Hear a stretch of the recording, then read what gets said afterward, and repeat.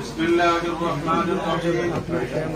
শাইখুল ইসলাম শহীদ আল্লামা শাহ আহমদ শফি রহমতুল্লাহি আলাইহির হত্যা মামলায় অভিযুক্ত ও হত্যায় উস্কানি দাতাদের বিচার গ্রেফতার পূর্বক বিচার কাজ দ্রুত সম্পন্ন করার দাবিতে সংবাদ সম্মেলন 2 জুন 2021 খ্রিস্টাব্দ বুধবার বেলা 11:30।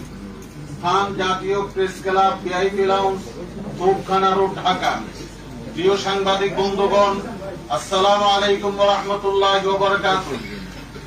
করোনা মহামারীময় এই দুর্যোগপূর্ণ মুহূর্তে শাইখুল ইসলাম শহীদ আল্লামা আহমদ শফি রহমতুল্লাহ আলাইহির অনুসারী ও ভক্তবৃন্দের আহ্বানে আজকের সংবাদ সম্মেলনে উপস্থিত হওয়ার জন্য আপনাদেরকে জানাচ্ছে আন্তরিক অভিনন্দন ও মোবারকবাদ।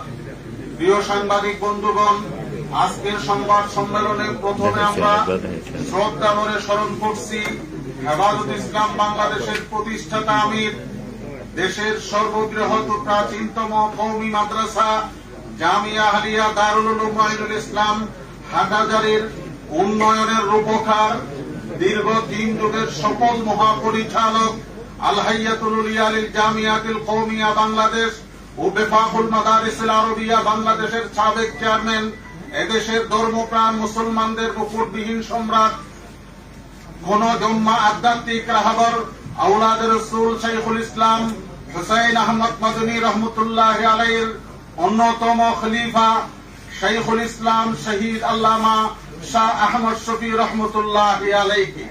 প্রিয় সাংবাদিক বন্ধুগণ, এদেশের সচেতন মানুষ মনে করে যে একটি মহল ষড়যন্ত্রের মাধ্যমে দেশের আলেম সমাজকে ভুল পথে ঠেলে দেওয়ার পায়তারা করছে। উলামায়ে কেরামের সরলতার সুযোগে তারা গোলা পানিতে মাছ শিকার করার অপচেষ্টায় লিপ্ত রয়েছে। 100 ঊর্ধ্ব বয়সী শাইখুল ইসলাম আল্লামা শাহ আহমদ শফি রহমতুল্লাহি আলাইহির ইন্তেকাল স্বাভাবিক হবে, এটাই ছিল সবার প্রত্যাশা। কিন্তু আসলে কি তা হয়েছিল? সামাজিক যোগাযোগ মাধ্যমে যে চিত্র দুনিয়াবাসীর সামনে এসেছে, তাতে কি বলা যায় তার স্বাভাবিক মৃত্যু হয়েছে? আমরা মনে করি শাইখুল ইসলামের শাহাদতের বিষয়ে উলামায়ে কেরামকে এর প্রকৃত অবস্থা উদ্ঘাটনে এগিয়ে আসতে হবে। তা না হলে বাংলাদেশের ইসলাম ও কওম মিল্লতের ভবিষ্যৎ অন্ধকার। প্রিয় সাংবাদিক বন্ধুগণ, আপনারা নিশ্চয় অবগত আছেন শহীদ আল্লামা শাহ আহমদ শফি রহমতুল্লাহ আলাইহির মৃত্যুর আগে 3 দিন হাটহাজারীতে নারকীয় তাণ্ডব ও ধ্বংসলীলা চালানো হয়েছে। তার অফিস রুম ও হাটহাজারী মাদ্রাসার অনেক শিক্ষকের রুম ভাঙচুরের ঘটনা সামাজিক মাধ্যমে দুনিয়াবাসী প্রত্যক্ষ করেছে। জীবনের শেষ মুহূর্তে মুমূর্ষ অবস্থায় তাকে অতি প্রয়োজনীয় ওষুধ গ্রহণ করতে দেয়া হয়নি। রুমের বিদ্যুৎ সংযোগ বিচ্ছিন্ন করা হয়েছিল। এসি, ফ্যান সহ আসবাবপত্র ভাঙচুর করা হয়েছিল। চিকিৎসায় ব্যাঘাত ঘটানো হয়েছিল। মুখের অক্সিজেন মাস্ক খুলে নেওয়া হয়েছিল। মুমূর্ষ অবস্থায় হাসপাতালে নিয়ে যাওয়ার সময় পরিকল্পিতভাবে অ্যাম্বুলেন্স আটকে রেখে বিলম্ব ঘটানো হয়েছিল। 100 বয়োবৃদ্ধ আলেমের নাতির গলায় বাঙ্গা কাজ করা হয়েছিল। বলা হয়েছিল, এই বুড়া স্বাক্ষর করো, না হয় তোর নাতিকে হত্যা করব। একথা বলে জোর জবরদস্তিমূলক স্বাক্ষর নিয়ে তাকে পদত্যাগে বাধ্য করা হয়েছিল। সাপাতের আমোদা লাঠি, দেশি অস্ত্রে সজ্জিত চরম উগ্রপন্থীদের দিয়ে তাণ্ডব চালানো হয়েছিল। এসব কিছুর পরে বলা যায় আল্লামা শাহ আহমদ শফি রহমতুল্লাহ আলাইহির মৃত্যু স্বাভাবিক হয়েছিল। হাটহাজারী মাদ্রাসায় একটি চরমপন্থী উগ্রগোষ্ঠীর অনুপ্রবেশ ঘটিয়ে সহজ সরল ছাত্রদের উস্কানি দেওয়া হয়েছিল। সবকিছু তো দেশবাসীর সামনে পরিষ্কার। তারপরেও বলতে হবে আল্লামা শাহ আহমদ শফি রহমতুল্লাহ আলাইহির মৃত্যু স্বাভাবিক হয়েছিল। আরো জঘন্যতম বিষয় হল সদ্য বিলুপ্ত হেফাজতের তথাকথিত আমির জুনায়েদ বাবনগরী গত 2020 সনের 23 ডিসেম্বর হাটহাজারী মাদ্রাসার শিক্ষকদের সামনে বসিয়ে রেখে বলেছেন হুজুরের স্বাভাবিক মৃত্যু হয়েছে। মিডিয়ার সাক্ষাৎকারে তিনি বলেছেন, মাদ্রাসায় কোনো ভাঙচুরের ঘটনা ঘটেনি, শান্তিপূর্ণ আন্দোলন হয়েছে। এর মাধ্যমে তিনি মিথ্যাচারপূর্ণ উস্কানিমূলক বক্তব্যের প্রতিধ্বনি করেছেন। এই বক্তব্য বড়ই বেদনাদায়ক। তার এমন বক্তব্য প্রকৃতপক্ষে তার কেডারদের সন্ত্রাসী কর্মকাণ্ড আড়াল করার অপচেষ্টা বলেই প্রতীয়মান হয়। দুনিয়া জানে সেদিন অনেক সিনিয়র শিক্ষকের গলায় গামছা লাগিয়ে কানে হেঁচড়া করা হয়েছে, তাদের রুম ভাঙচুর করা হয়েছে, তাদের অর্থ সম্পদ লুণ্ঠন করা হয়েছে। তারপরেও বাবুনগরীগণ কিভাবে বলেছেন মাদ্রাসায় কিছু হয়নি। আল্লাহ তাআলা হেফাজত করুন, হেদায়েত করুন। আমরা তার এসব মিথ্যাচারের তীব্র নিন্দা ও প্রতিবাদ জানাচ্ছি। আমরা তাদের প্রতি আহ্বান জানিয়ে বলতে চাই, ধোঁকা, অস্পষ্টতা, বিভ্রান্তি ও ধূম্রজালের আশ্রয় না নিয়ে অবিলম্বে উলামায়ে কেরাম ও আপামর জনসাধারণের দাবি মেনে নিন। বিকল্প মতো চূড়াগুলিতে এগুতে চাইলে এর জন্য আল্লাহর কাছে ওই দুনিয়ায় চরম খেসারত দিতে হবে। প্রিয় সাংবাদিক বন্ধুগণ, শহীদ আল্লামা শাহ আহমদ শফী রহমতুল্লাহ আলাইহির চরম বিরোধী ও কওমি বিদ্বেষীদের দ্বারা যিনি হেফাজতের কথিত আমির হয়েছিলেন, তাকে এদেশের ধর্মপ্রাণ জনগণ মেনে নিতে পারেনি, যে কারণে তিনি জনরোষ থেকে বাঁচার জন্য তথাকথিত অবৈধ কমিটি বিলুপ্ত ঘোষণা করতে বাধ্য হয়েছে।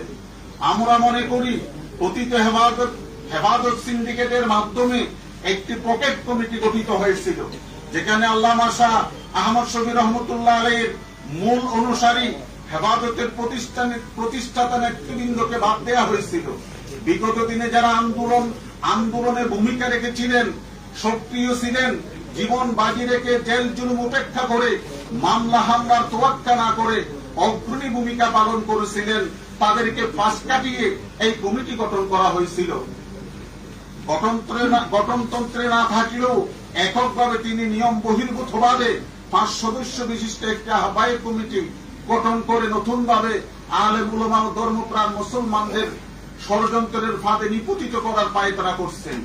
ইতিমধ্যে দেশবাসী বুঝতে পেরেছে একটি হেফাজতের কোন আহ্বায়ক কমিটি নয়, বরং মামা বাগনের পরিচর্যা সমিতি।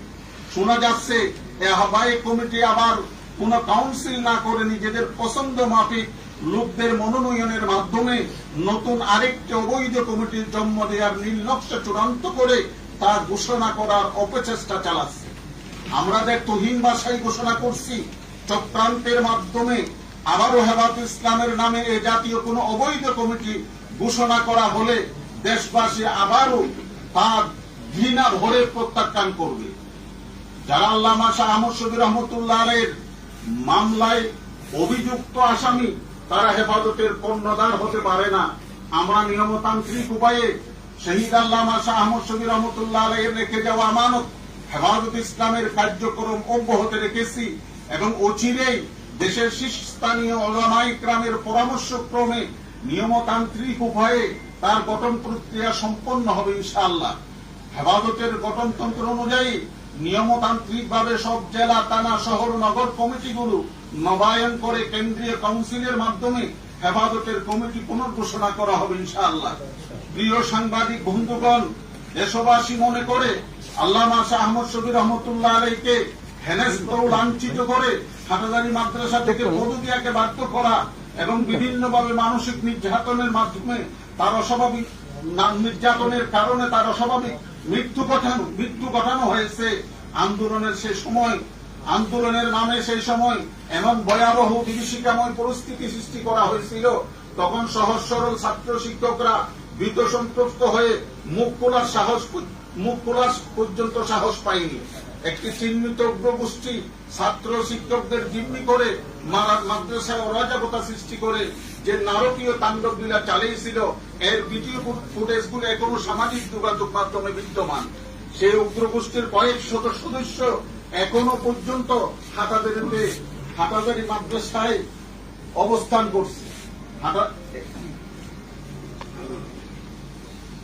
হাটাজারি মাদ্রাসায় অবস্থান করে এই চিহ্নিত গোষ্ঠী নিয়ন্ত্রণে রেখে রাজনৈতিক এজেন্ডা বাস্তবায়নের অপচেষ্টা অব্যাহত রেখেছে বলে বিশ্বস্ত সূত্রে জানা গেছে। প্রিয় সাংবাদিক বন্ধুগণ, যারা আল্লামা শাহ আহমদ শফী রহমতুল্লাহ আলাইহির বিরুদ্ধে অপপ্রচার চালিয়েছিল যে তিনি কেন সরকারের বিরোধিতা করেন না, কেন সরকার পতনের আন্দোলন করেন না, তার অনুসারীরা সরকারের দালাল, কিন্তু যারা তার বিরুদ্ধে চক্রান্ত করেছে, উস্কানি দিয়েছে, নিরীহ ছাত্রদেরকে বিভ্রান্ত করেছে, নিজেদেরকে সরকার বিরোধী হিসেবে উপস্থাপন উপস্থাপন করে ধর্মপ্রাণ মুসলমান বিশেষত কওমি অঙ্গনের ছাত্র শিক্ষকদের বাহবা নেওয়ার জন্য সামাজিক যোগাযোগ মাধ্যমে নানা অপপ্রচার চালিয়েছে। আজ তারাই সরকারের বিভিন্ন পর্যায়ে ধর্ণা দিয়ে সরকারি আনুকূল্য পাওয়ার জন্য মুস্তাকা দিয়ে নিজেদের জীবন বাঁচাতে ইসলামকে জলাঞ্জলি দিতেও কুণ্ঠাবোধ করছে না। তারা আজ বক্তৃতায় সরকারকে শত বছর ক্ষমতায় থাকার জন্য মায়া কান্না করছে। এগুলি কি দালালি নয়? উদ্দেশ্য প্রণোদিত ভাবে অদূরদর্শী ও পরিপক্ষ ও হটকারীমূলক বক্তৃতা বিবৃতি দিয়ে দেশের ওলামায়ে কেরামকে বারবার বিপদের মুখে ঠেলে দেয়া হয়েছে। আজ মাহফিল বন্ধ, মাদ্রাসাগুলো বন্ধ, সরকারি নজরদারির আওতায় আন্দোলনের নামে নিজেদের নেতা হওয়ার ফাহেসে ইসলামকে আজ বিপদের মুখে এনে দাঁড় করিয়ে দেওয়া হয়েছে। অথচ শহীদ আল্লামা শাহ আহমদ শফি রহমতুল্লাহ আলাইহি আন্দোলন করেছেন, আবার তিনি স্বকীয়তা বজায় রেখে সরকারের কাছ থেকে ইসলামের অনেক দাবি দেওয়া আদায় করে দেশের মুসলমানের মাথা উঁচু করেছেন। তিনি কারো কাছে মুসলাকা দিয়ে তার আন্দোলনের ভূমিকাকে কোনো কালেই খাটু করেননি। তিনি বিশ্ববাসীর সামনে ইসলামকে সমুন্নত করেছেন। কোন বাধা বিপত্তি তার আধ্যাত্মিক শক্তির মোকাবেলা করতে সক্ষম হয়নি। তার দূরদর্শী সিদ্ধান্তের কারণে সকল শ্রেণী ও পেশার মানুষ তাকে সম্মান জানিয়েছে, তাকে শ্রদ্ধা করেছে। এগুলিকে আল্লামা শাহ আহমদ শফি রহমতুল্লাহ আলাইহির অপরাধ ছিল? তিনি কি এসব নিজের জন্য করেছিলেন? দেশ উম্মার স্বার্থে করেছিলেন? এত কিছু করার পরও একটি রাজনৈতিক কুষ্টির এজেন্ডা বাস্তবায়নে কেন তার সাথে হেন মানবিক আচরণ করা হলো? সুতরাং আজকের সংবাদ সম্মেলন থেকে সরকারের কাছে আমাদের দাবি হলো, এক, শহীদ আল্লামা শাহ আহমদ শফি রহমতুল্লাহ আলাইহির অস্বাভাবিক মৃত্যুর ঘটনায় দাখিলকৃত মামলা ও পিবিআই এর তদন্ত প্রতিবেদনে অভিযুক্তদের অনতি বিলম্বে আইনের আওতায় এনে দৃষ্টান্তমূলক শাস্তির ব্যবস্থা করতে হবে। দুই, আল্লামা শাহ আহমদ শফি রহমতুল্লাহ আলাইহির পরিবারের সদস্য ও তার অনুসারীদের নিরাপত্তা বিধান করতে হবে। যারা মামলা তুলে নেওয়ার জন্য হুমকি ধমকি দিচ্ছে তাদেরকে চিহ্নিত করে তাদের বিরুদ্ধে অবিলম্ব আইনানুগ ব্যবস্থা গ্রহণ করতে হবে। তিন, শহীদ আল্লামা আহমদ শফি রহমতুল্লাহ আলাইহির রেখে যাওয়া সকল দ্বীনি ও সামাজিক অঙ্গনগুলো থেকে হযরতের বিরোধীদের অপসারণ করতে হবে। চার, অবিলম্বে দেশের কওমি মাদ্রাসার মক্তব হিফজখানা সহ স্বাস্থ্যবিধি মানার শর্তে কিতাবখানাগুলো খুলে দিতে হবে। পাঁচ, শান্তি শৃঙ্খলা বিরোধী কর্মকাণ্ডে জড়িত নয় গ্রেপ্তারকৃত জাতীয় নিরপরাধ আলেম উলামাদের মুক্তি দিয়ে হয়রানি বন্ধ করতে হবে। সেই সাথে সারা দেশে নিরপরাধ ওলামায়ে কেরামের নামে দায়েরকৃত সকল মিথ্যা মামলা প্রত্যাহার করতে হবে। প্রিয় সাংবাদিক বন্ধুগণ, আপনারা সত্য প্রকাশে নিরলসভাবে কাজ করে যাচ্ছেন। সত্য প্রতিষ্ঠার জন্য আপনাদের এই নিরন্তর প্রচেষ্টা। সুতরাং আল্লামা শাহ আহমদ শফি রহমতুল্লাহ আলাইহির অস্বাভাবিক মৃত্যুর ঘটনা আপনারা দেখেছেন। আমাদের অনুরোধ, আপনারা সত্য উদ্ঘাটনে অগ্রসর হন। এক্ষেত্রে আপনাদের ভূমিকা চিরস্মরণীয় হয়ে থাকবে। পরিশেষে এই সম্মেলনে কষ্ট করে আসার জন্য শাইখুল ইসলাম আল্লামা শাহ আহমদ শফি রহমতুল্লাহ আলাইহির অনুসারী ও ভক্তবৃন্দের পক্ষ থেকে আপনাদেরকে আবারও জানাচ্ছি আন্তরিক অভিনন্দন ও মুবারকবাদ। আল্লাহ হাফেজ। আয়োজনে শাইখুল ইসলাম আল্লামা শাহ আহমদ শফি রহমতুল্লাহ আলাইহির অনুসারী ও ভক্তবৃন্দ। আমার প্রশ্ন ছিল।